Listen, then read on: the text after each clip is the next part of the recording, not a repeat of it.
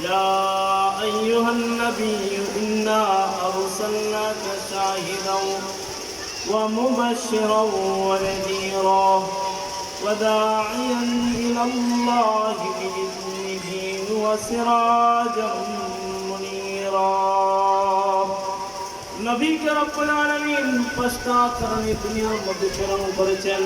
এক নম্বরে শাহিদ ও পূর্ববর্তী সমস্ত নবীদের নবুয়তের সাক্ষী দেওয়ার জন্য, ও মুবাশশিরাও এবং উম্মতকে জান্নাতের সুসংবাদ দেওয়ার জন্য, ও নাযীর এবং তিন নম্বরটা হলো উম্মতকে জাহান্নামের ভয় দেখানোর জন্য।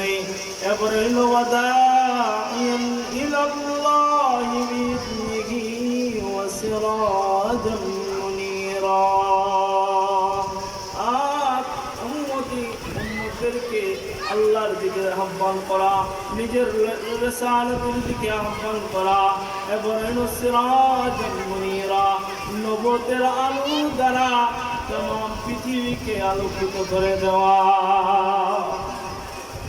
এই পাঁচটা কারণে রব্বুল আলামিন আখিরি পয়গম্বর তাজদারে মদিনা সরকারে দো আলম রহমাতুল লিল আলামিনকে দুনিয়াতে প্রেরণ করেছিলেন। নবী দুনিয়াতে আসার 6 মাস